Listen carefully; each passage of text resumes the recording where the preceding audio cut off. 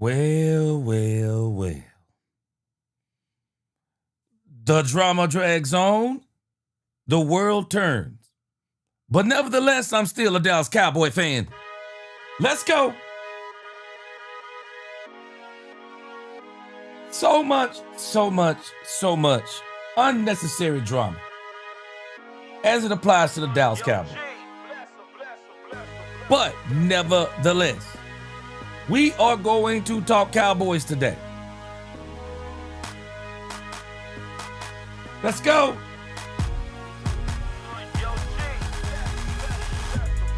Welcome, Cowboy fans and Cowboy haters alike. I'm the G, and I'm the host of Let's Talk Cowboys, where we talk facts. And if you like this live stream, please don't forget to like, share, subscribe, hit that notification bell so you know the next time we go live or post another video. And if you haven't become a channel member or subscriber yet, please do. We have a lot of great things coming up this season. Now let's talk facts. Micah Parsons. I said I wasn't going to do it, but there are some new developments today. And these developments, they maybe deserve some of our attention. So our subject matter today is going to be very simple because I'm going to pose a question to you after we get done with the intro and then we get our roll call. So let me give you the show. Brian Schottenheimer. Can we go a day without a Brian Schottenheimer press conference? We can't go one day without a Brian Schottenheimer press conference. So today, before we get into the thing with Bobby Belt, because Bobby Belt said he talked to David Mulugeta, and this is the reason why we're talking about this. We're gonna watch David Shotty's presser. We're gonna listen to Bobby Belt talk to us about David Mulugeta. And I haven't heard it, but I kind of listened to just a tinge. And it don't sound like to me Bobby Belt is going to tell us anything that we don't know. And then on ESPN today, I've already released a video. It's getting circulated pretty good. I want to talk about what Louis Riddick said about this issue with with Micah Parsons. I definitely want to talk about that. So those are going to be our three short topics. Hey, man, y'all know, by now everybody know I'm a preacher. I got Wednesday night Bible study, so we're going to try to get it in before we get the Wednesday night Bible study. I teach Bible on Wednesday night, but I also talk Cowboys. So let's get it going. Let's go.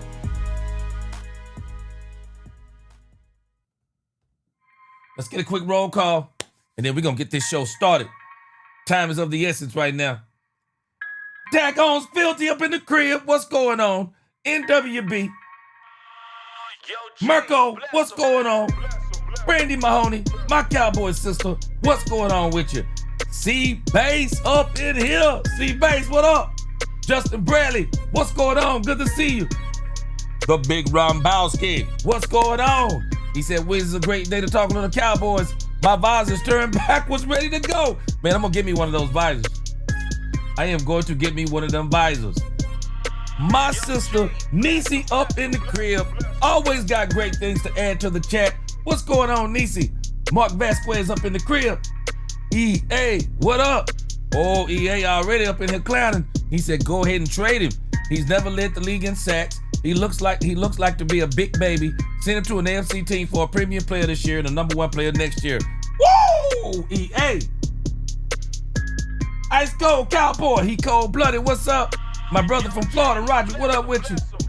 Roy Clay in the crib. What's going on? Niecy said, trade him to the Panthers. Don't let him pick the team since he wants to leave.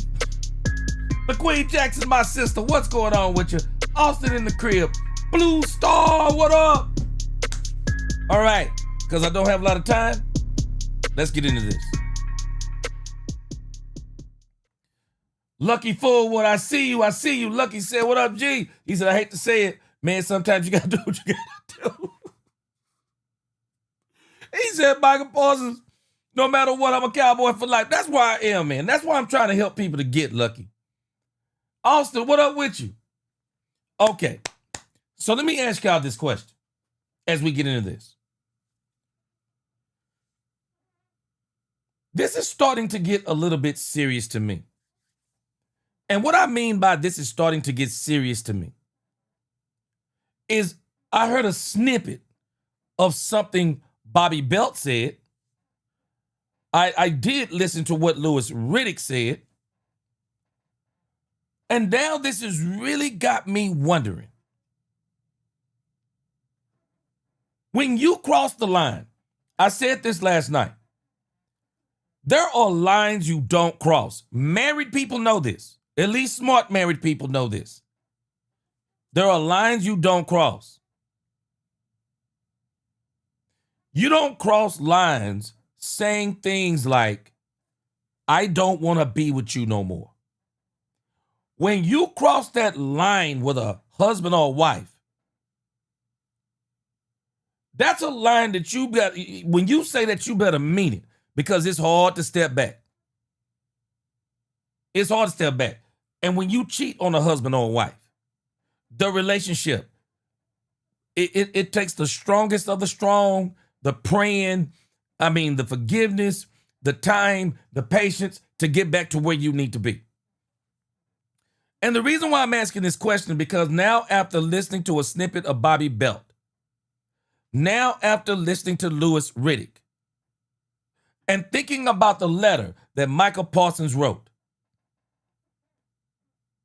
why would you want a player on your team who actually doesn't want to be there? Why would you want? I'll tell you right now. I'll tell somebody in a minute. Man, I'm not into keeping business. I'm not into keeping business.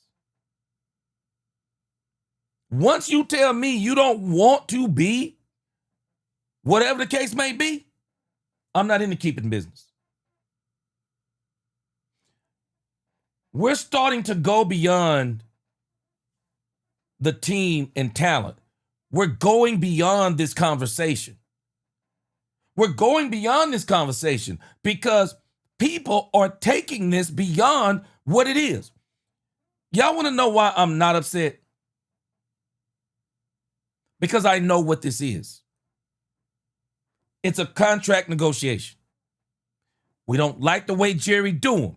I don't like the way Jerry do him. Do I think Jerry's starting to be a little petty? I do think Jerry's starting to be a little petty. But at the same time, I can't lose focus because Jerry is being petty because Jerry's been petty before. Zeke who? Zeke who? Oh, yeah. Yeah, with Dak Prescott out, Cooper Rush coming in, we'll have the full repertoire with Cooper Rush. This is Jerry.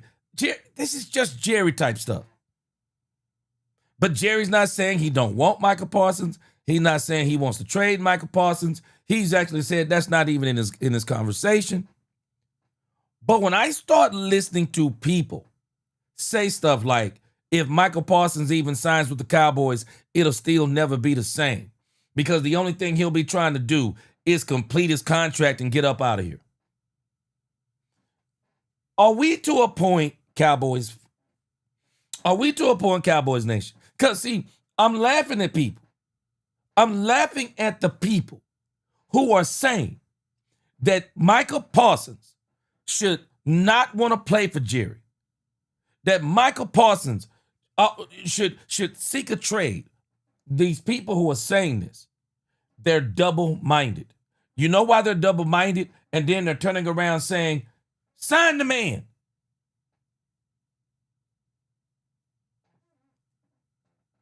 So you're saying if you were Micah, you wouldn't want to play for Jerry. If you were Micah, you would seek a trade from Jerry. If you were Micah, you try to get out of here as quickly as you could because you don't like Jerry. Because the people who are saying this are basically saying they don't like Jerry. Do you want to play for somebody you don't like?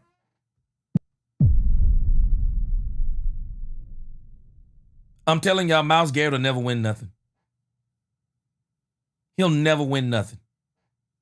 He's going to retire a rich man, but he's never going to win nothing. Unless Shedeur Sanders does what no one has been able to do for decades. Shedeur Sanders is starting Friday. Can't wait to see him play. But the best thing that could happen to Shedeur Sanders is the Cleveland Browns cut him.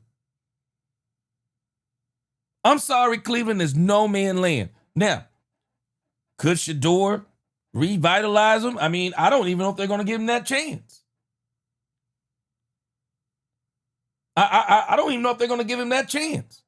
But where I am on this is, have we crossed the point of, I don't know if I can call it the point of no return, but have we crossed the point to where it's counterproductive now? Because I didn't even see people like this when it was CeeDee Lamb and Dak Prescott.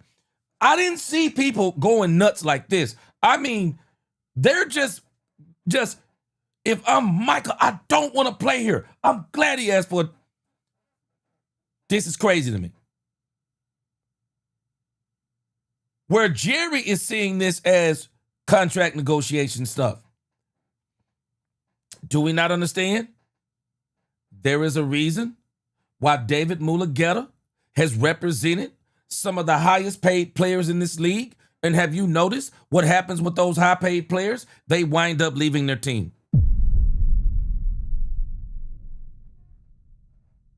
Yeah, he's been responsible for some of these big trades with these players. And the thing that's getting me with these players, I was thinking about this last night.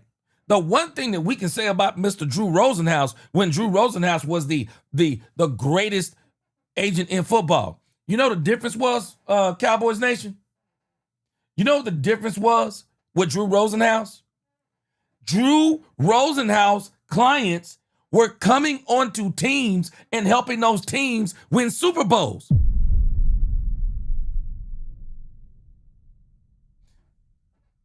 Drew Rosenhaus's clients were helping their teams win Super Bowls. What is David Mulugeta's players? What are they doing on these teams? This man has pulled off two of the craziest deals in NFL history, in my opinion, in the last the last 3 years. Let's say the last 4 years. The Deshaun Watson deal? Crazy. Not crazy for Deshaun Watson. Not crazy for David Mulugeta. But you want to talk about the Cleveland Browns getting the short end of the stick. Hold on a second. He got another one under his belt that's absolutely insane to me. Jordan Love, what?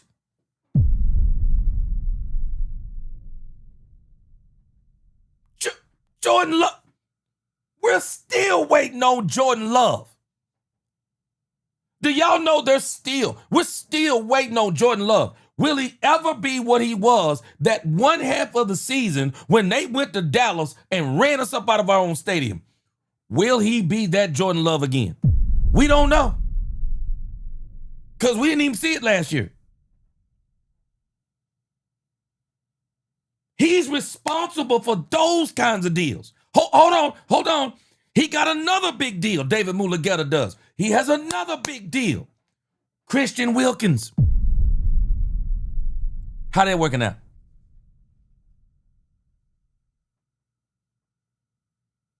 How that working out?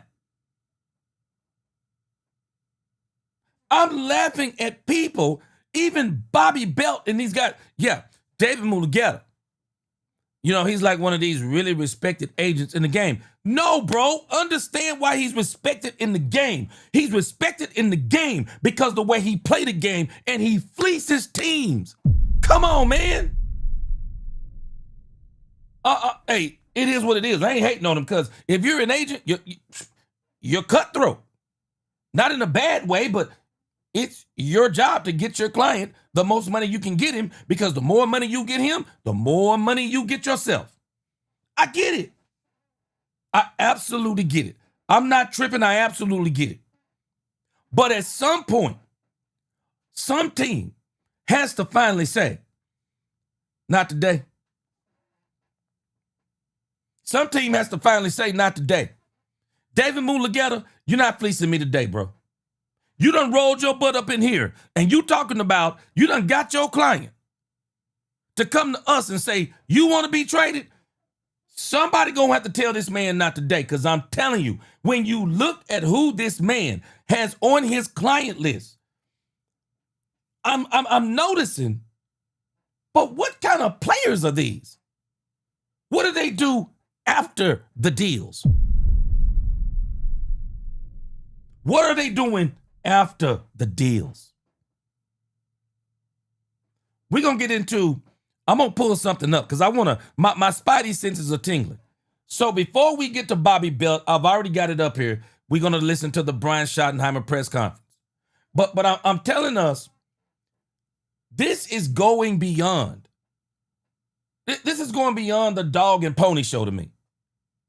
We're crossing over into the territory of where, when do you finally say it may be better for us to maybe seek the Herschel Walker trade? Maybe we actually start fielding calls. And I'm not talking about all these teams. Like, if it was me, I would just go ahead and let teams know right now, we're opening up the phones. If you're in the NFC East, be prepared. You're giving up 4 first-round draft picks, and you're going to give up players. You might as well get ready. It won't even be worth you calling. Any team in the NFC East, it ain't worth, any team in the NFC, don't call unless you're willing to give up 3 first rounds and whatever else. The teams that we're looking for are teams that had less than 6 wins last year. That's what I'm looking for. I'm letting teams know. Now, if you want to come on. The Cowboys should maybe start fielding calls on this. They might should start fielding calls. Now, the Cowboys, they're in a headlock because the court of public opinion is already saying it's wrong for them not to sign Micah Parsons.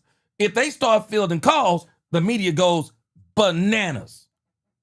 The media goes bananas if it gets out that the Joneses are fielding calls for Micah Parsons. But the Joneses need to start asking themselves, should we start fielding calls for Micah Parsons? Should we start doing it? Because this dude said he does not. And I'm telling you, I have not heard anybody else say this. I didn't hear Dak. I didn't hear CD. I didn't hear D-Law. I didn't hear Zeke. I heard if it happens, I can go play somewhere else. But I didn't hear people saying, I don't want to be here no more. I haven't seen nobody saying that. I haven't seen nobody saying that. And then based on what David Mulugeta and Bobby Belt, what Bobby Belt kind of gleans from his conversation with David Mulugeta, I'm kind of like, hey, man, Cowboys really need to start thinking about this. I mean, they do. I'm sorry. They really need to start thinking about this. And don't tell us. Jerry, Steven, you don't have to tell us. You don't have to go out here and try to make this into a media circus. Matter of fact, just rather than even fielding calls, rather than you saying you're fielding calls, just don't take the phone off the hook, though. Jerry and Steven, don't take the phone off the hook. Let them leave voicemails. Don't turn the fax machine off. Don't turn your emails off. Let people send over offer sheets. You don't publicize it. Don't publicize it. But just let stuff come in. See if there is something that makes sense for your team. Because the reason why I'm saying this, with the way people are talking, it might not make sense. Do you want Micah Parsons with his heart not being in it? It might not make sense. Let me come to some of these comments. Then we're going to go to Bobby Belt, and then I'm going to go check. I'm going to go look up something while we listen to Schottenheimer, and I'm going to come back with something that has got my spidey senses tingling. My brother Roger, appreciate that 99-cent super sticker. Yes, sir. Thinking face. I'm telling you, Austin said also, Michael just happens to play the same position that the Cowboys historically draft the best. Austin.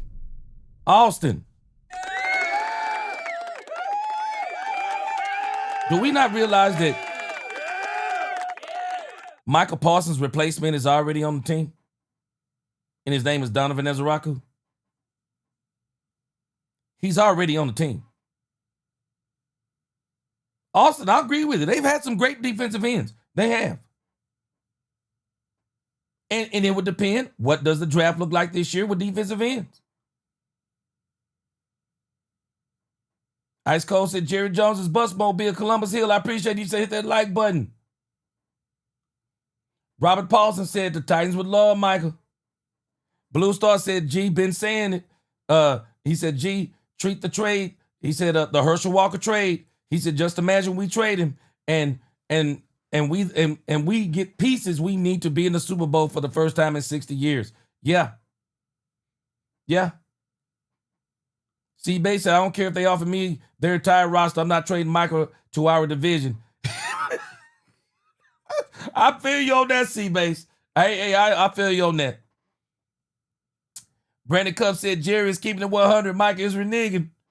Justin Bradley said, send him to the Panthers or the Jags. That's what Nisi said, too. Nisi said, send him to North Carolina.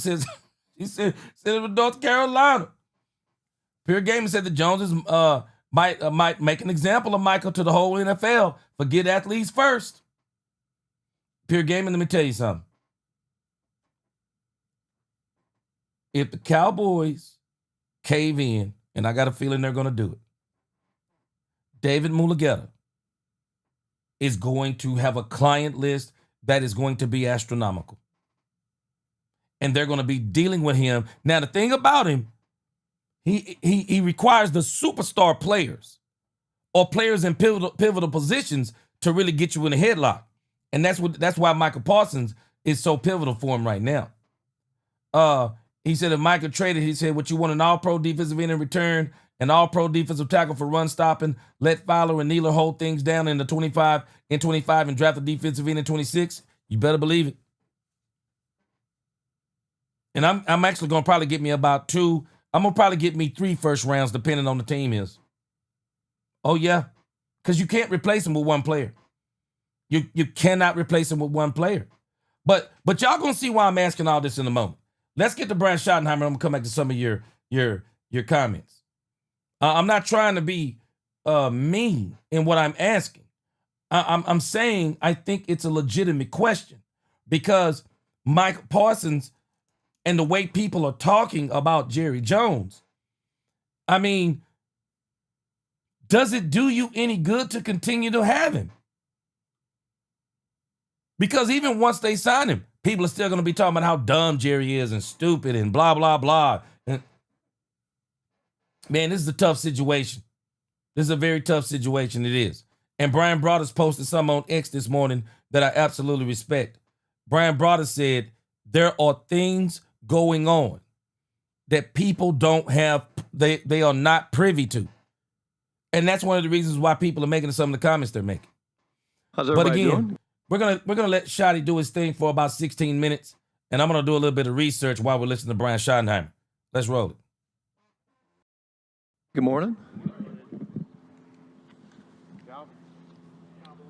Dallas Morning News. After looking at the tapes and talking to your coaches, just your overall review of the scrimmage yesterday. Yeah, I think, we talked to the team about this, a little bit ago in the team meeting. I think really 3 main takeaways, Calvin, when you look at it, I thought, we done some things. So we got moved off the ball at times, got knocked back in the run game on offense some. The big thing you're teaching about there is you want to get your eyes underneath the chin. And there was some good, but that's one thing that jumped out. Hey, set our pads, play a little bit lower. That's one. Second thing would be kind of all about the ball. We did not get any takeaways on defense. That's something that this defense is going to thrive on. I really believe that. And then we had 1 interception on offense and really 3 other interception ops. And so that's not the standard that we're trying to do. And at the end of the day, what I kind of summed it up with, the third thing was like, it's just about the details. It's the details of, okay, going against a different team, a unit we haven't seen, it doesn't change anything. We have rules, and our rules are our rules, and we do those things, but then you got to carry over the technique. So great learning experience. I'm excited about the work we got. It was great clips, and there was a lot of good as well. But those were the three main things that I kind of took away from it. Carry our pads a little bit better, all about the ball, and then just overall attention to details. How was Milton feeling today? Do you think he will be able to practice tomorrow? Yeah, he's doing fine. He should be no problem. He was throwing the ball around out of our talk through out there. Oh, my goodness, where'd he go? Pour some out for him? Should we pour a little something out for him? Pour a lot out for him. Yeah, we'll just pour a little. Yeah, he had a long night. I got to know where he's going, man. I haven't found a good spot to go to yet. Uh-oh, someone said something. Hey, write that down. Todd Archer of the ESPN. You mentioned carrying the pads a little high. Does that make you adjust your plan of, hey, get the guys more in pads? I don't know what the rules, if that allows it or not. No, again, Todd, I don't read too much into it. Again, it's the first time doing it. It's part of the process. We will be in pads tomorrow. But no, it doesn't, again, like I'm not overly concerned by it. It's just a reminder. You're going, for example, JT caught a ball off a little check down, and he was kind of running, and it was thud. And so the Rams guy came, and JT was kind of relaxed a little bit, and he got thudded, and he went flying. And so it's more of that. I'm not concerned. It won't change what we're doing. When we work in pads, it's usually very physical, but I think it's more just first time. They're amped up. They're excited about competing against somebody else, and easy correction. Out here years ago, Parcells, they'd have meetings every night basically about the 53, and then Mike told us he would never have meetings about the 53. What's your view on that too? How often are you guys talking about the 53? Well, number one, as a staff, we talk about it every day. And you can't do the compete every day mantra and not do that, because if you're not talking about it every day, how do you move guys from third team to second team to first team, all that stuff. So we talk about it every day, and usually I talk with ownership and Will McClay every day about it. To get into big settings and have big, long conversations, we'll do that today. We'll, just because coming off the scrimmage yesterday, getting ready for this game. But I would say it's an ongoing process, that we do, every day, but it doesn't have to be everybody sitting in a room. So my point is, bless you. The point is, there's different ways to do it, Todd, and we kind of do it more individually, me, one-on-one with other people, Will, Steve, and Jerry, whatever it is, and then we'll have a bigger one today. And then usually after most preseason games, you have a sit down where you just evaluate the game and how it went, and hey, we did this well, we need to improve this, and these are some of the main takeaways. John Machado with The Athletic. When you watched yesterday's practice over again, how did you grade Brian Schottenheimer's play calling? Oh, good question.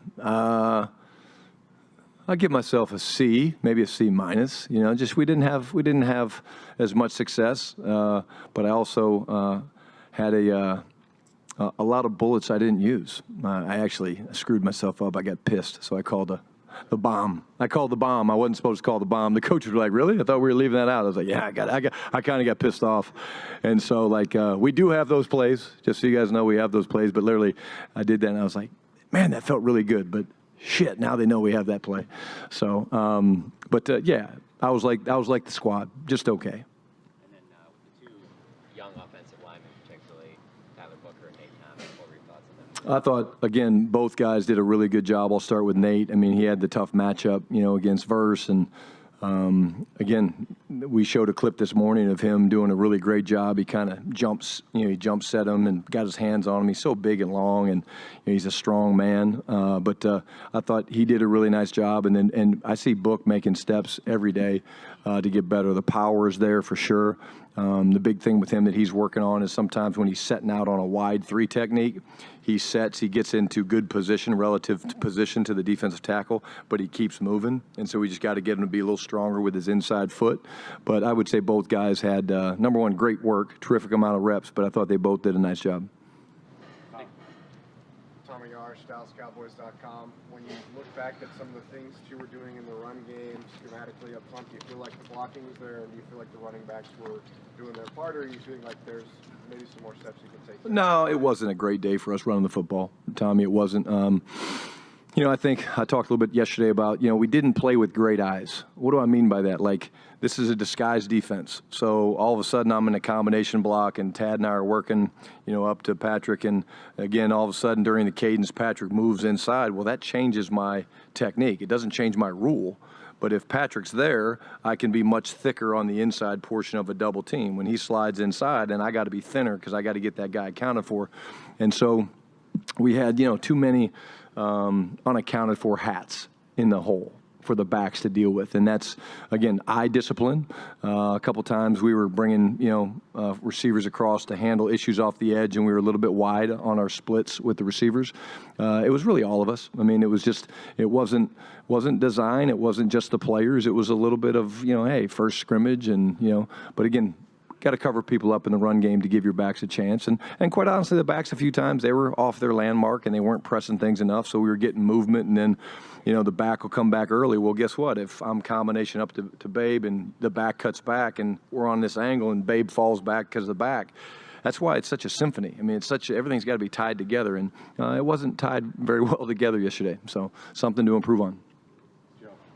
Joe Hoyt, Dallas Morning News. Obviously, Deron Bland's versatility is an asset for you guys, but also you're trying to find who the best 11 guys are out on the field when you can. How do you balance kind of that multiplicity that you talk about while also trying to find the best 11 guys in that combination? I think the thing we don't worry about with Deron is he's got the ability to play both. We'd like to figure out the nickel. Hey, what are we going to do? Can it be Deron? Is it going to be Deron? What do we want to do with that? That's something that just as you go through the film, he's got the ability to do it, but he's also an outstanding outside corner. And so I think we're looking for different rotations and different things. And, that was one of the things that came out of the film yesterday, right? Like, we gave up too many explosives. And I sat up here a couple of days ago talking about that with, one of the things Matt Eberflus's defense doesn't do and the Cowboys defense won't do is give up big plays. And we gave up too many big plays. I think it was like 7 or 8 explosives. And Devontae Adams is still pretty good. Puka Nacua is still pretty good. They should keep those guys.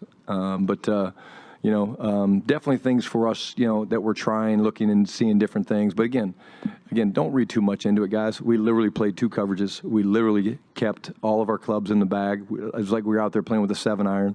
I hate to tell you guys, but I'm going to be honest. Like, we're going to be playing with a 7-iron most of the preseason. So unless I get pissed. If I get pissed, the ball's probably going down the field if I get pissed.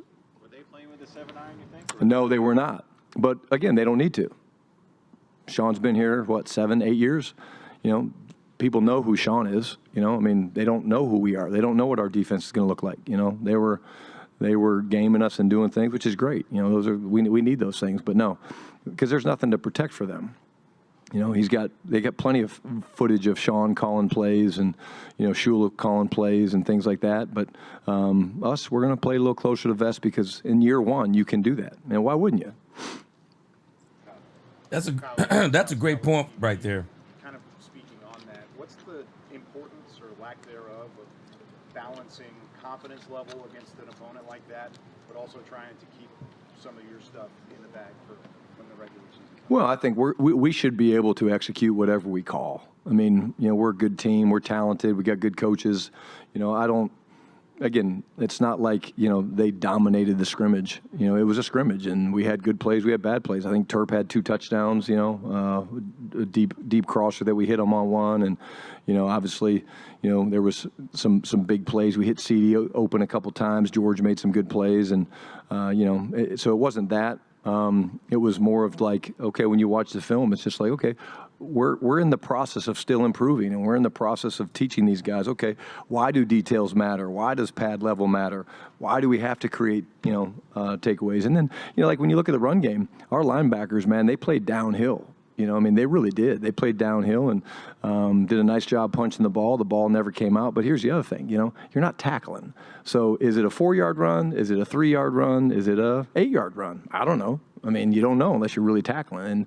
And that's the thing when you look at scrimmage, you're just kind of like, okay, let's take it with a grain of salt and just evaluate the people. That's what we're doing right now. We are evaluating our players so that when we have to make some really, really difficult decisions, it wasn't about scheme. It was about can they do their job against the guy that they're matched up against. And my belief with that, and I will always believe this, is when it's simple, they should be able to play free, they should be able to play fast, and they should be able to do their job at a high level.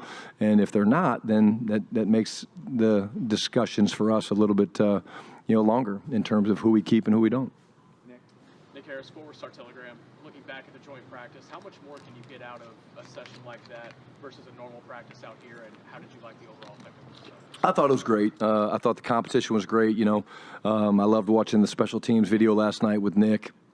We got some great work in our punt protection. They were running some great twists. Our gunners, and Vice, they had some great battles. There was a great one I showed to the team this morning. It was Crop and Rochelle going after they were the Vice, and they just, it was awesome. They just stoned him, and they worked together, and it was really, really, really cool. But in general, it's kind of what we thought. We got a lot of plays. We had some call-it periods. We had some, scripted periods. We had a 2-minute. I thought the offense responded really well with the 2-minute drive late. Like, that was just really, really good. We went right down the field, and, that shows our capability. I talk to the guys all the time. Nick, I say, you can't win games in the first quarter. You don't. You can't win them in the second. You don't win them in the third. When do you win them? You win them in the fourth quarter. And so I think that kind of proves the point of what I was trying to make. Yeah, we didn't have a great scrimmage per se, often back and forth offensively, boom. But then when the game was on the line, it's 23-21. We need to put a drive together in 2 minutes. We went right down the field. And so to me, again, there's so many great things to take away. And I told the guys this morning, I said, hey, guys, I'm excited. You're going to watch this film, and you're going to see we can get so much better, but you got to love the process. You got to love the grind, You don't wake up in training camp on whatever today is, Tuesday, Wednesday, Thursday, whatever the day is, and you're like, hey, we're Super Bowl champs. It doesn't work like that. Y'all remember Jason Garrett's moniker? Jason Garrett used to always say, trust the process. He always was talking about trust the process. You have good days, you have bad days, you have so-so days, you have days you're a little sore and you don't feel like practicing, but you have to keep doing it. Anything yesterday kind of lead towards your decision on starters in the preseason, or is that still a work in progress? Yeah, it's still a work in progress. Again, we'll there'll be a handful of guys that don't play, but I would say there'll be some guys that play throughout the preseason. Don't just look at it with just the Rams. We have a number of snaps we're trying to get for certain guys throughout the entire preseason. So I wouldn't read into it, who's playing against the Rams, who's playing against, Baltimore, Atlanta. There's more of a number. Okay, in these 2 or 3 games, how many snaps do we want for this guy? And those numbers can change. That's why, again, when we look at it, I'll share it maybe later in the week, but for the most part, those numbers are very flexible. Garrett Podell, CBS Sports. Brian, you talked about game planning and keeping it basic with your 7-iron. How different is game planning entering a preseason game, keeping it 7-iron versus regular season and doing all that? It's obviously extremely different because, you look at your call sheet and you're like, okay, well, we're not showing this. It's amazing. If you're looking at 50 passes, you're going, okay, well, we'll show those 12. And you're like, there's 38 of them. Like, we're not showing these 38 plays. And you're like, no, we show them every day in practice. So we don't need to show them to the world. Vic Fangio probably has people out here with cameras watching our practice right now. Like, that's part of the deal. Yeah, to me, it's very different. Like, we knew we were getting 3-4 work. We needed 3-4 work. We wanted it. I think the Rams are one of the best duo running teams in the league. Their toss crack games are great. So there's things we can learn. The big run that they hit, they got the edge on us. We didn't do a great job popping the crack block, which is the first block, and then we went underneath a couple blocks, and that's a recipe for disaster in the run game. But for the most parts, like I said, the linebackers are playing downhill, and we're not tackling. So, but it's very, very different. It's much quicker when you're not showing your stuff. Coach Michelle Montaigne, WFA. You kind of just touched on it, but after watching the film yesterday, and I guess really just evaluating practice up to this point, what do you feel? You highlighted the linebackers, but what do you feel like is the biggest point of emphasis for what you need to improve upon when it comes to stopping them? I think main thing would be just the overall pad level. The overall pad level, the fits. Flus says it all the time. When you guys get a chance to talk to him, he'll say it again, no house guest. When you're playing a team like really us and like the Rams, when you're in cut splits and you're cracking safeties, the corners have a huge piece of the run fit. Because when I when the receiver goes to block the safety who's down tight, the corner's got to close the distance. And we did a really good job of that yesterday. There's some fundamental things we need to clean up with keeping your outside foot up and playing with great extension and things like that. But again, we're not tackling. So it's like, oh, did Kyer make that play? Yeah, he probably did. But, we're not tackling guys to the ground. But just the symphony is the best word I can think of right now on little sleep of the run game stuff, both running the football, blocking scheme-wise, and then fitting the runs and all that stuff. It takes a lot of orchestration and time, and different than when you throw a ball up to an elite receiver on either side, they make a play. Not that doesn't take timing, it does, but sometimes dudes just are dudes. Sorry, guys, just out of time. Thanks, guys. Appreciate it. Good football talk. Somebody finally decided today they were not going to ask any questions about Micah Parsons. So I think that's a good thing. I mean, because at the end of the day, I just think, I know some people don't like that Jerry said it is what it is, but the reality is it is what it is. Even if we don't like it, it is what it is. Okay, I want to get this thing in with Bobby Belt real quick. And then I want to comment on, because I really don't know everything he's going to say. So I want to make sure I get him in before I get up out of here. But I'm very interested because Bobby Belt is saying that he actually talked to David Mulugeta. And so I'm telling y'all, if David Mulugeta gets this deal with Micah Parsons, I just don't think people understand the ramifications of some of the stuff that's happening. You're going to go from one extreme to the next. It's going to go from the owners to the doggone agents running the NFL. I'm telling you, this is bigger than Micah Parsons. I'm telling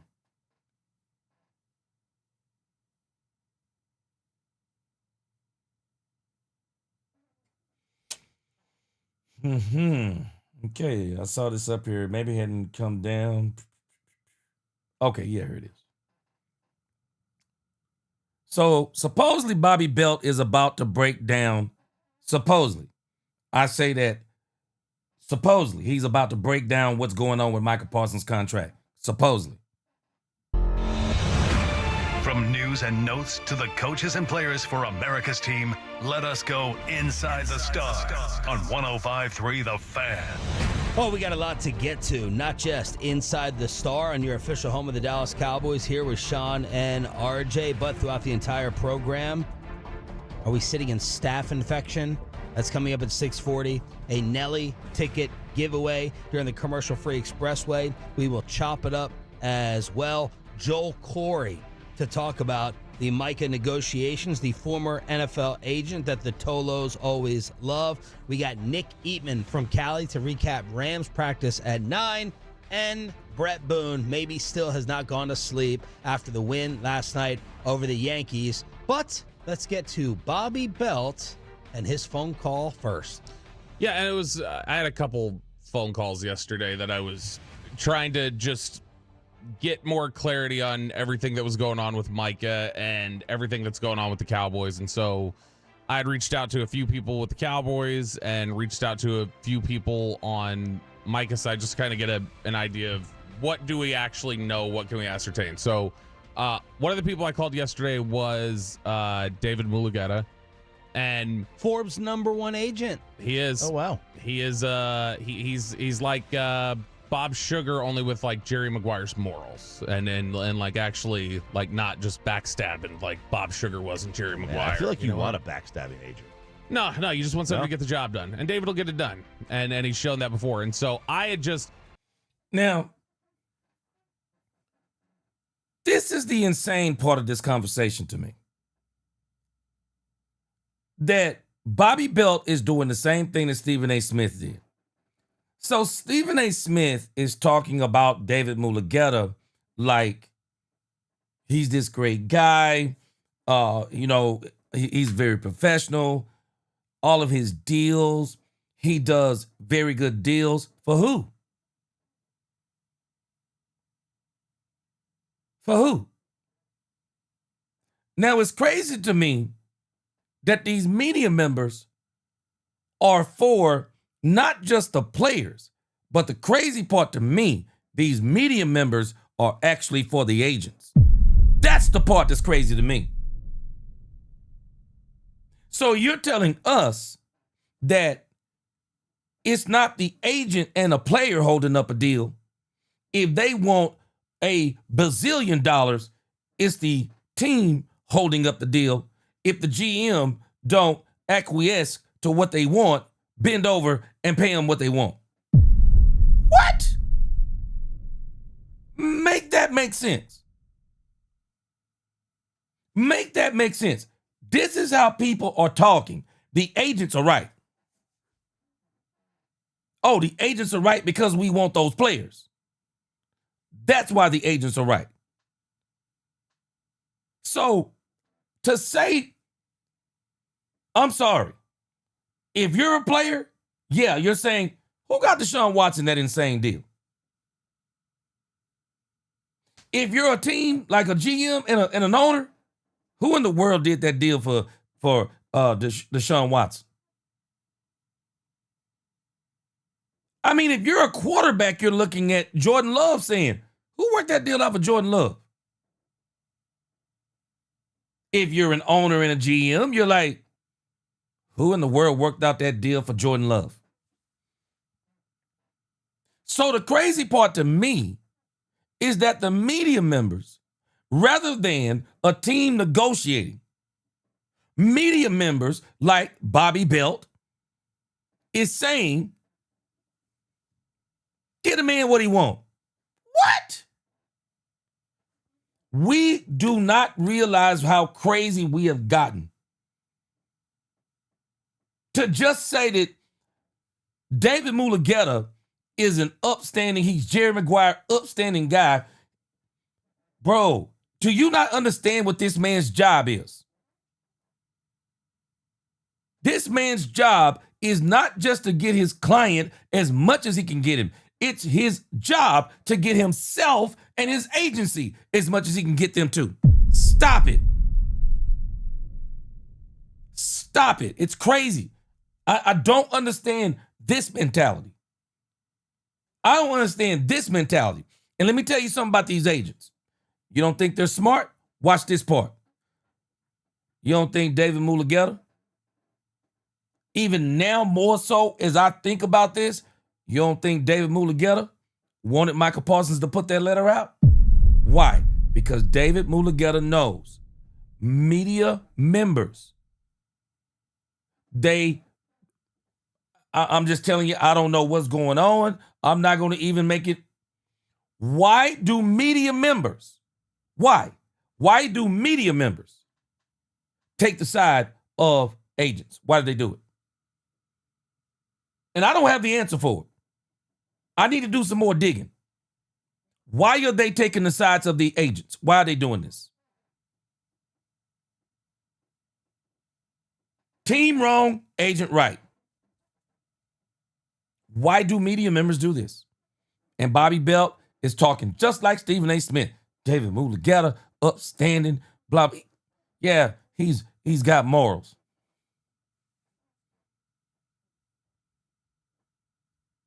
Bro, stop it. When it comes to this money, when it comes to war, there are no rules. Stop it. There are no morals. I'm trying to get you as much money as I can legally. That's the only moral part about it. Morals would say, hey, man, you know what? To be honest, you're really not worth that much. Morally would be, you know what? Hey, man, this is really a good deal. That's what morals would say. But if I'm in it to win it, I'm saying, nah, bruh. We finna break the bank. Let me do the talking. I don't know if there's anything moral per se about what we're talking about. It's not immoral. I mean, the only moral part of it is as long as you're not breaking the law. But boy, when you talk about being an agent and negotiating deals, man, you're talking about a whole nother level. And it is your job as an agent. Well, you want to fleece the team. Do you think David Mulugeta care about the Cowboys? How can David Mulugeta care about the Cowboys when he got other clients that play for other teams? Do you think that he has a favorite team? Think, people, think. And for media members to be talking like Bobby Bell, boy, that already rubs me the wrong way. Because it seems like to me you have a vested interest in not just the player, but the agent. Local guy.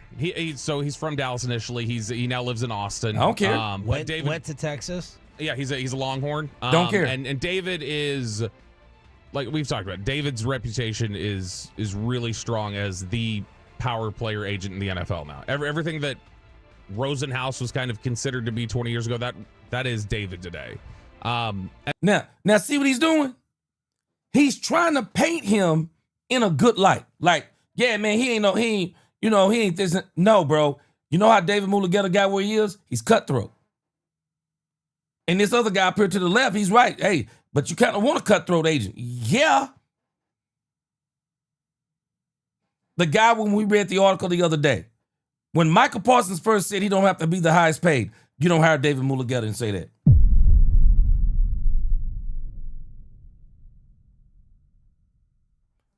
Johnny Cochran told Michael Jackson when Michael Jackson settled one of those cases. Johnny Cochran told Michael Jackson,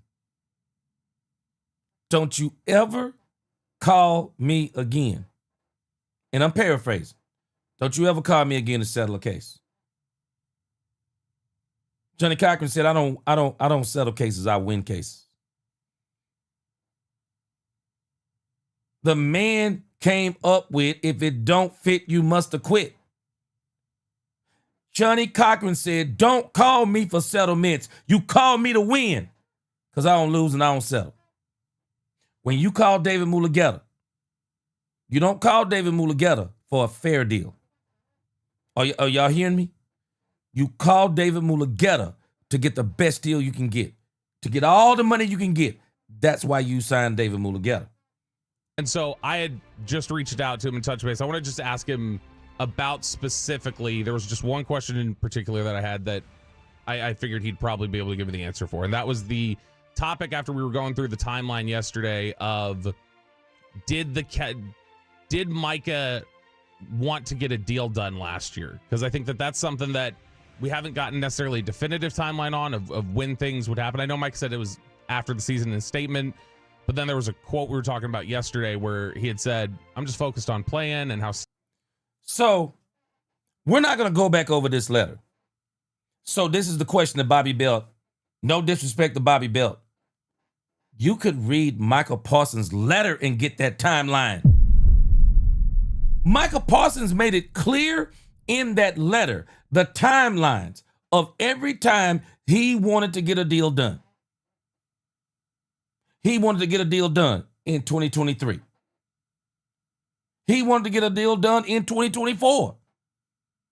He wanted to get a deal done when he was talking in November, saying he don't have to be the highest paid. Started hanging with Jerry and meeting with Jerry. And it is obvious because the meeting happened in March. This is what you're asking him? We could get that from the letter.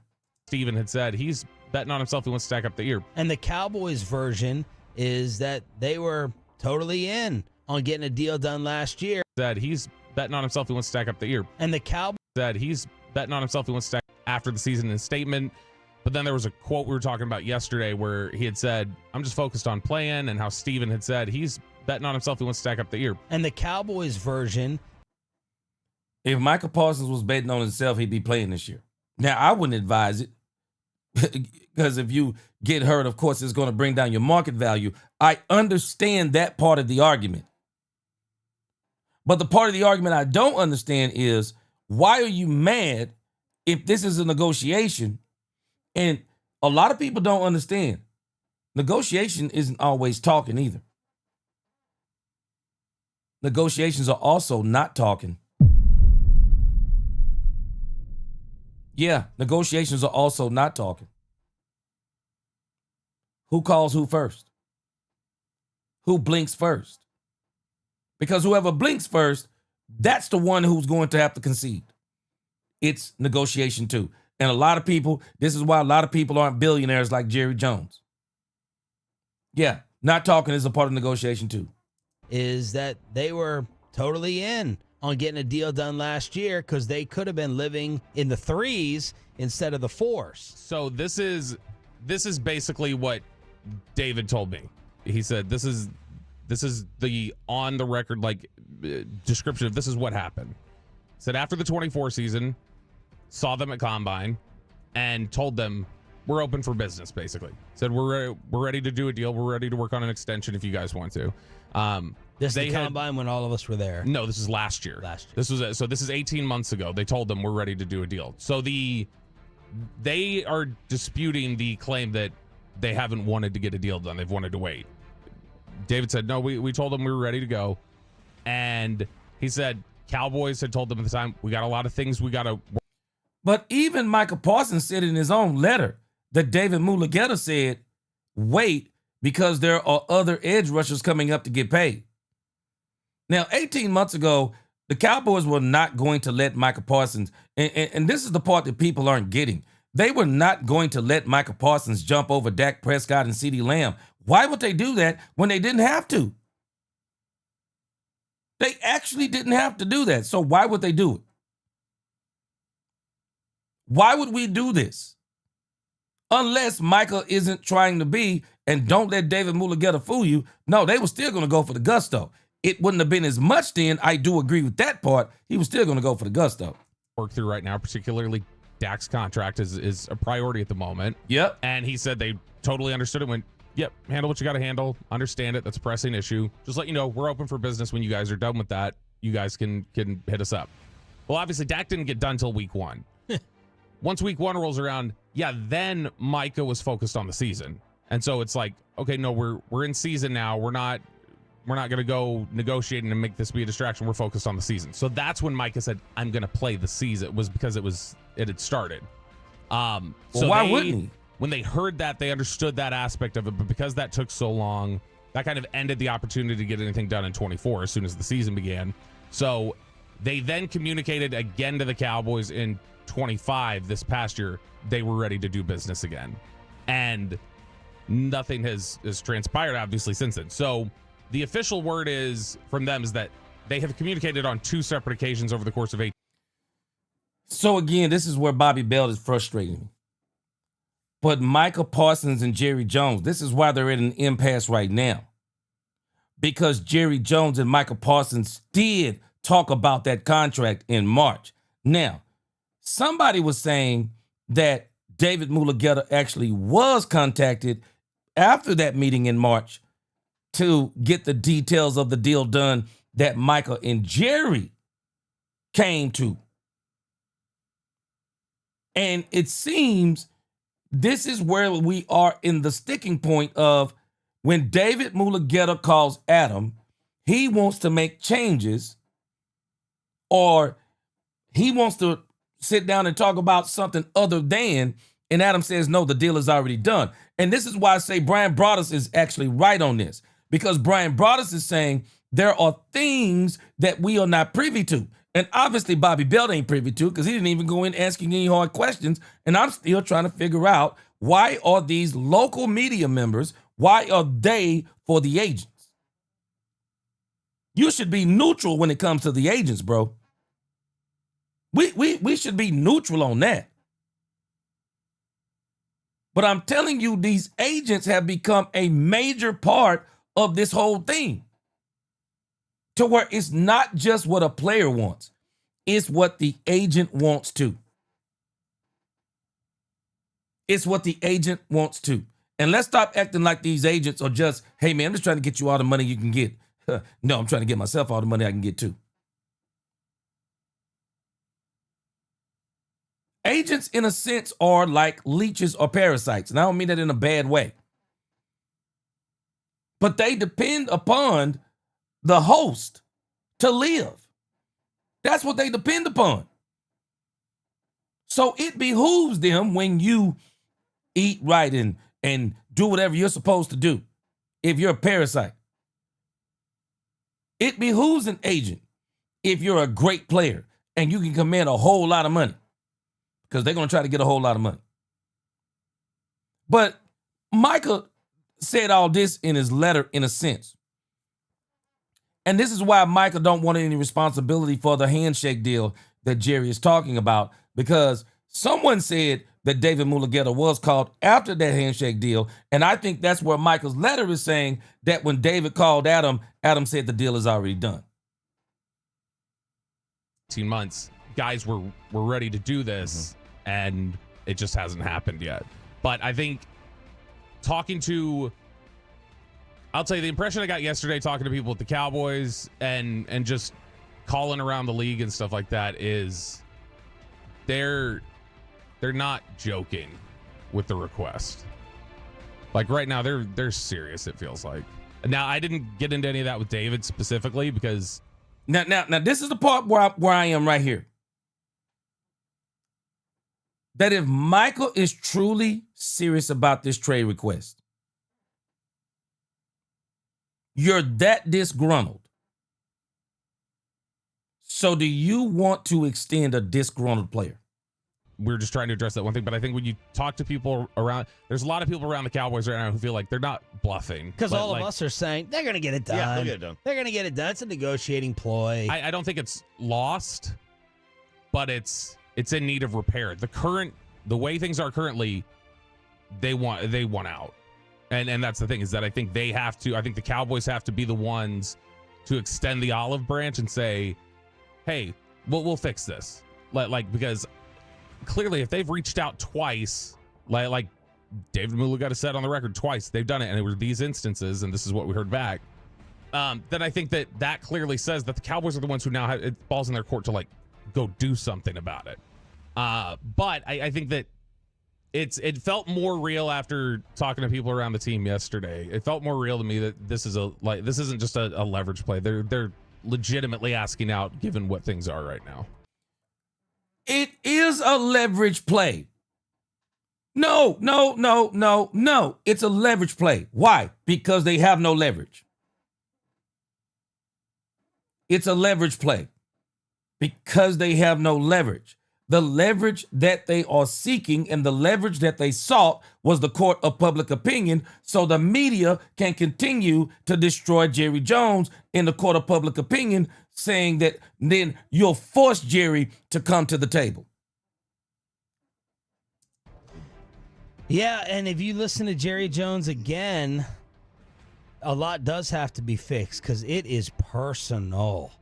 So my question to y'all, and I'm going to come to y'all in the comments for the last 15 minutes of the show. Have we reached the point? Because for me, if you say you serious, so how do we repair it? So you telling me money repairs it? How do you repair it? How do I change your mind? Because this is actually the way I do business. This is exactly the way I do business.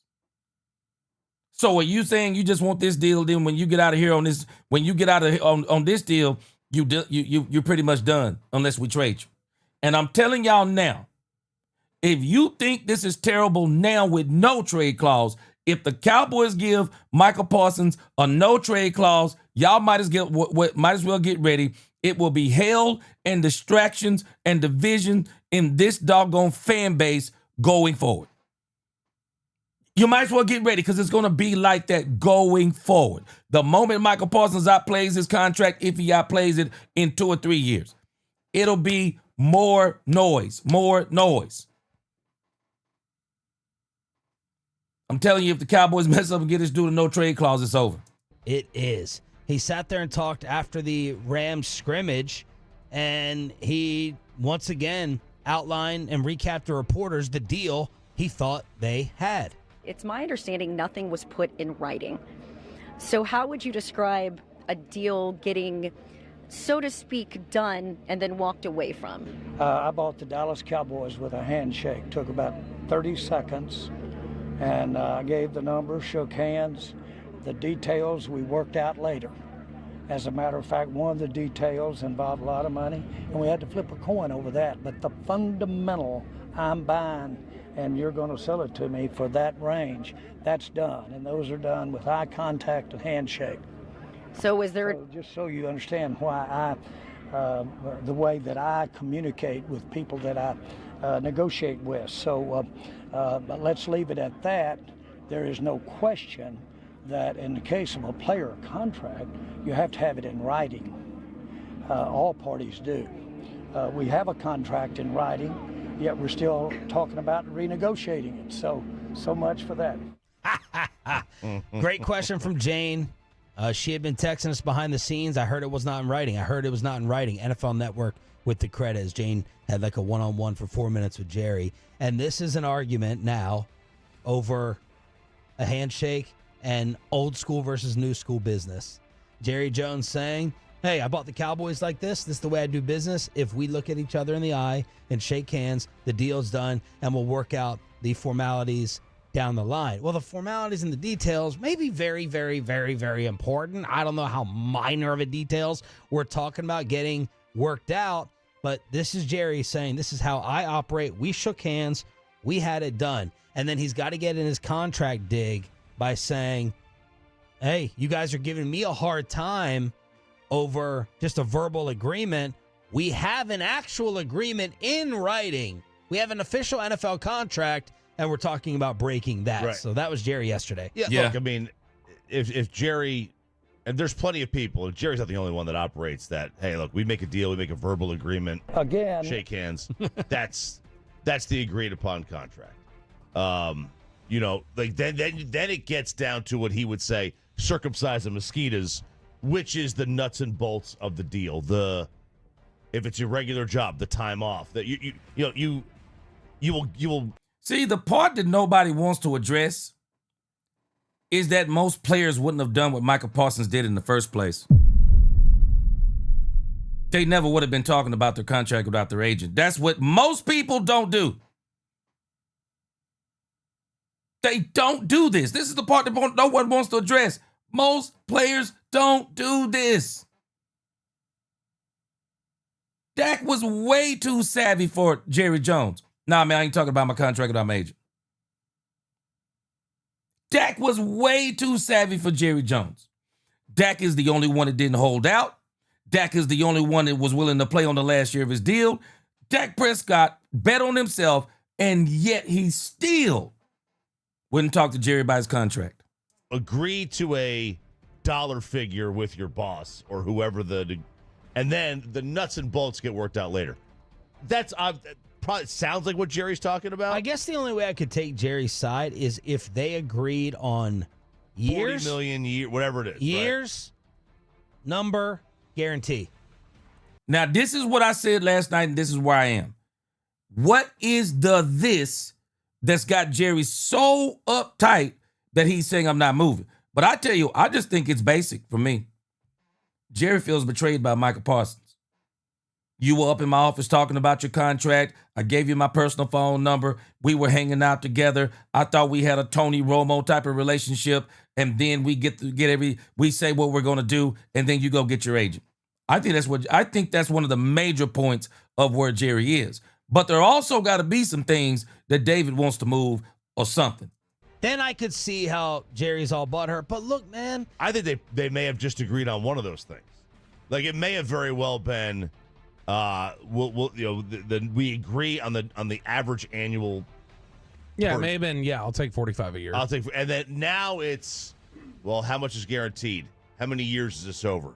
That's the stuff you got to work out. And those aren't small things. They're not small. On Micah's behalf, they're not small things. 4 years versus 5 years, getting back to the market like Dak did. The guaranteed. Now, Micah's not a quarterback. He's 26. Money that I know no matter what, if I get hit by a car, will be in my bank account. Those aren't small things. Again, we're just guessing over to what they were negotiating over. But the final thing I'll say on this before turning it over to Bobby, I used to start off like this because my dad was old school. Handshake, napkin. We looked at each other in the eye for his profession and practice in Maryland. And people started leaving, and people started breaking the deals. And then finally we had to have a kumbaya of, man, it's nice, Dad, that you have these principles and you have these ethics and you have these morals and all that crap. But eventually at the end of the day, that's what it is. It's crap until it's written down and signed. When I'm sitting there selling a house or making this deal or that, he always tells me, Mr. Principal. I don't know if it's crap. I just think men and women are no longer people of the word. Mr. Handshake, Mr. Look in the eye. It doesn't mean anything until it's signed and the money is in the account. And Jerry Jones is just stuck on that old school way. Yeah, and look, I don't, like you're saying, I don't think there's anything wrong necessarily with being idealistic about it like that. Like thinking necessarily like, man, a handshake and a firm word. But again, if the context of what you were even discussing was misunderstood, then that handshake could have been sincere, and like there's just a completely different interpretation as to what that handshake means. And was Micah surprised? This is another thing. Was Micah surprised that their leadership meeting turned into a negotiation, or did he walk in there thinking that he was Lamar Jackson representing himself? Because if that's the case, which Micah said it was, then I don't care what Jerry Jones agreed to. You circumvented the rules. I don't know why the National Football League has not stepped in and punished him or the Cowboys for illegally negotiating. That's what this is. No. If the agent works for the player, how you going to tell grown men that they can't negotiate their own contract? How you going to tell grown men that? No. A grown man need to know this is what I hired my agent for. I made this argument months ago and nobody made it. Like, Florida's the only one to put out a headline on it. So I don't care what you agreed to. You try to take advantage, in my opinion, of the player by keeping the agent out of it, luring him into a grown man. Are we hearing this? A grown man. You telling me your agent didn't tell you, don't talk about your contract without me. You telling me your agent didn't tell you that. This new generation says no accountability. No accountability. Sit down under false pretenses that you're going to talk about team leadership and taking over for Tank. Lies. And no one cares. Like, no one cares in the whole league. Because it's not illegal. Here's the problem. This is being represented, it feels like, from the Cowboys side a little bit. It's being represented like this is the DeAndre Jordan situation from 10 years ago with Dallas, where it's like, man, we had this firm agreement, and, you know, then David Mulugeta came in and he put a chair under the door and blocked anybody from coming in and letting Micah sign it. Like, that's what we've run into now. It's like, no, the difference in that one is like DeAndre Jordan had agents that negotiated the deal, had it ready, and then DeAndre Jordan just walked away from what he had agreed to and didn't sign it. Yeah. If that was a deal where you negotiated everything, the thing was in front of you, it's placed for it. I understand Jerry being that mad about it. If it's you guys talked, and there's not even a complete clarity about what are we discussing, what are we here for, you can't take any of that. I'll ask you some yes or no's about your conversation with Mulugeta. I already really kind of probably know the answers, but you can just say yes or no. Obviously, he did not tell you the terms of what they're looking for. No. Did he elaborate on them just not speaking or his phone calls not getting returned? No. All right. Those are my two questions.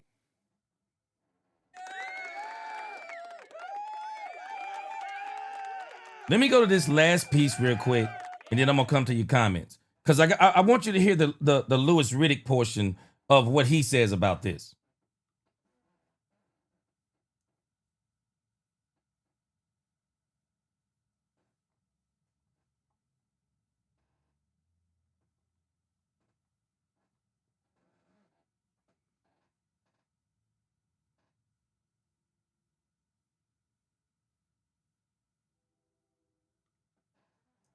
Micah deserves to have a new contract put into place now, or should he play out his deal? Jerry already, he's going to play this year on his fifth-year option. He's going to probably get, if he didn't sign the contract extension, then Jerry could franchise him. And people like to use this word all the time in the NFL. We control the player for the next couple of years via the fifth-year option, via the franchise tag. We control where this player goes.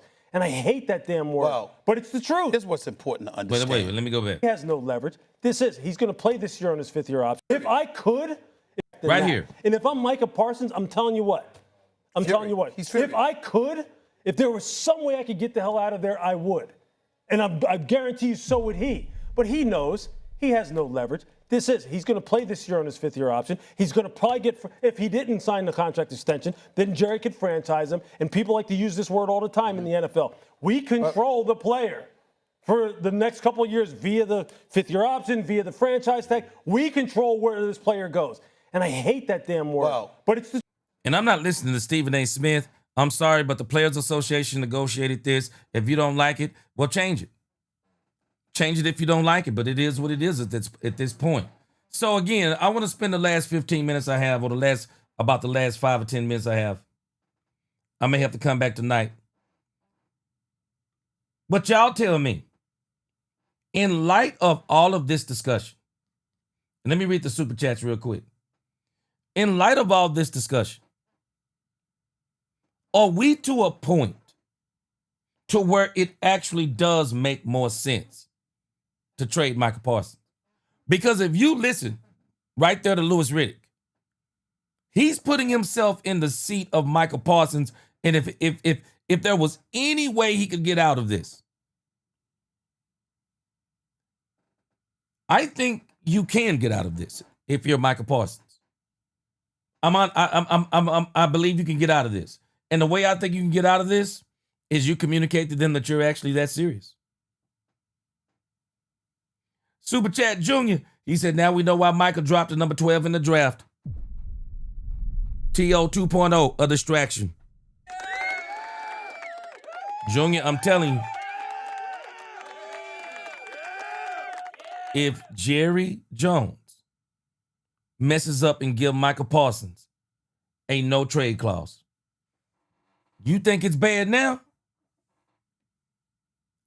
Micah Parsons, and I'm going to tell you, there's a young part of this fan base that really likes this stuff Micah Parsons is doing, because in their eyes, he's doing the stuff that they would be doing. He's doing the stuff that they would be doing, and he ought to be pushing back and blah, blah, blah.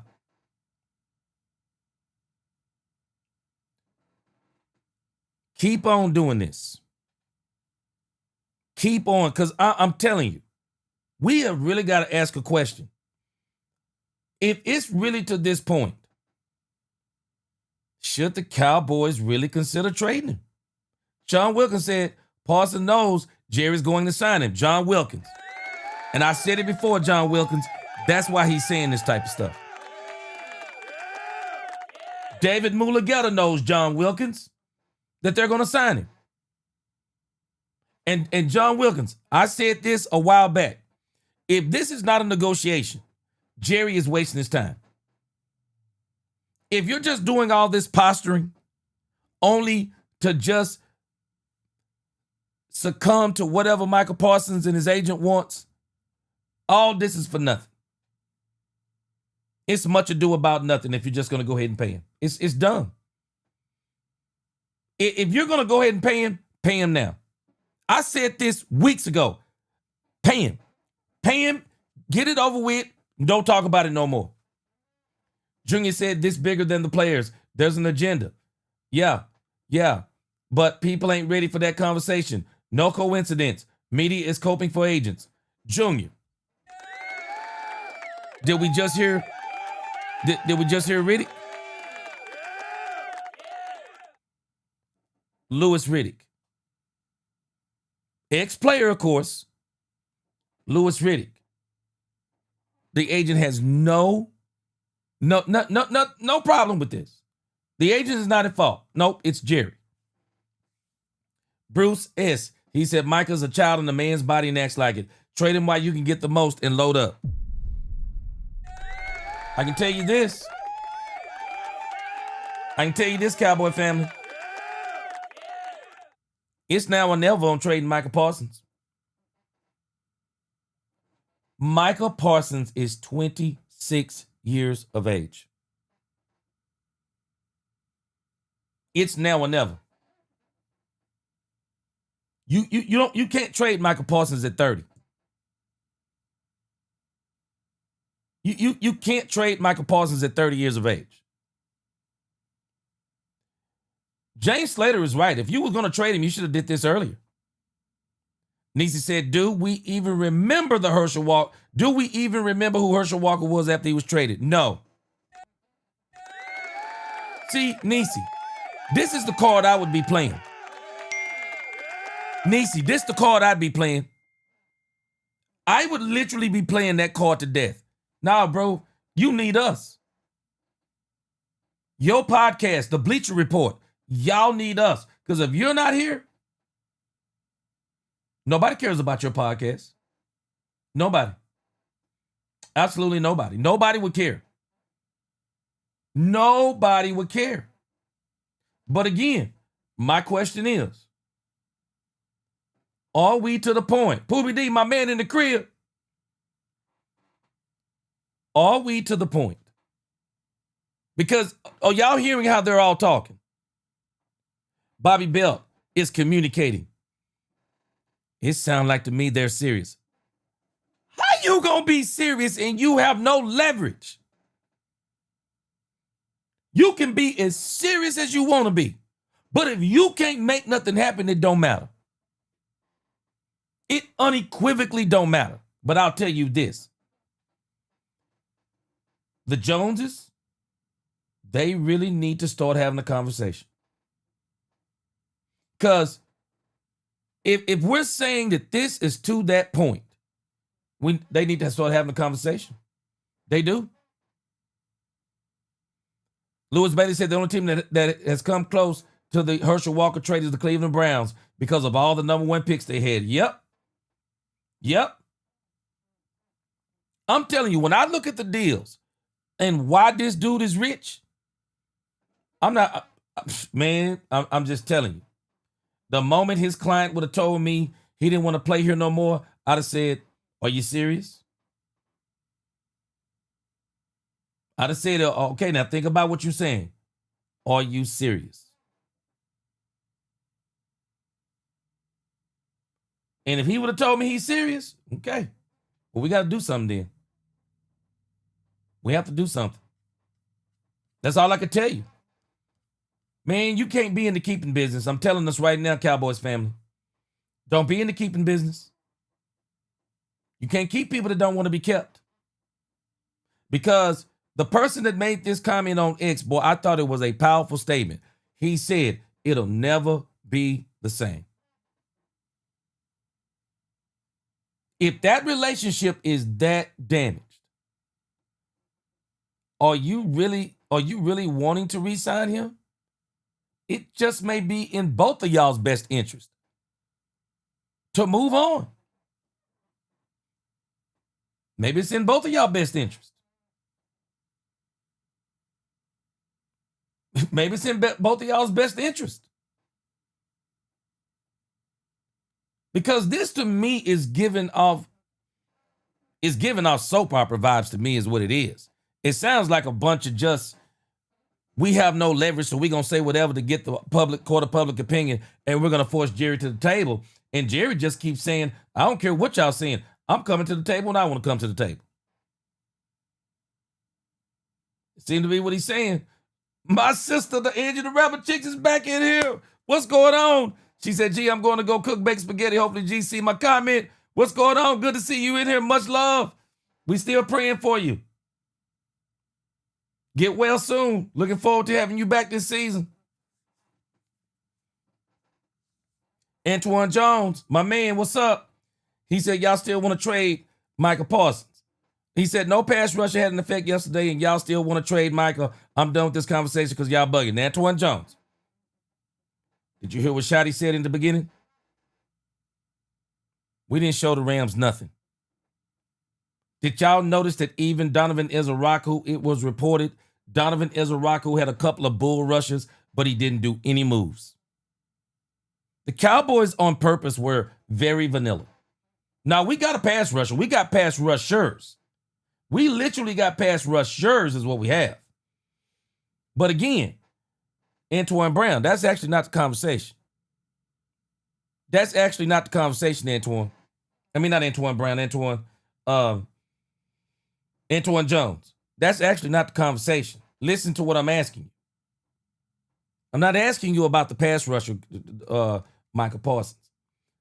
I'm asking you that if we are to the point to where the damage is so bad that Micah Parsons will literally just be here biding his time so that he can get out and he just wants the money, and there will be no more relationship with Jerry Jones, are we saying that we still want him here? Do we want to keep somebody who don't want to be kept? I'll be back tonight. I'm not going to leave you hanging on this. I'll be back tonight. Y'all tune in. We're going to extend this conversation a little bit more, and hopefully some football stuff, more football stuff will have come down the pipe, and then we're going to get this thing going. Poobie D said, why can't we trade the GM? Well, unfortunately, Poobie D, the GM is the owner. The GM is the owner. Can't trade it. C-Base. I wouldn't call it love and hip hop until Nicki Minaj got into a beef with Dez Bryant. And I said, yeah, this is love and hip hop. Boy, Nicki Minaj is beefing with this man. But again, hey, I appreciate y'all rocking with me. I got to get out of here. I'll be back sometime tonight. Y'all put that notification bell on. I'll see y'all later on. Go check out the latest video I just dropped. Until the next time, let's talk Cowboys when we talk facts. Peace. Put some respect on my name. You understand me? When y'all say my name, put some respect on it.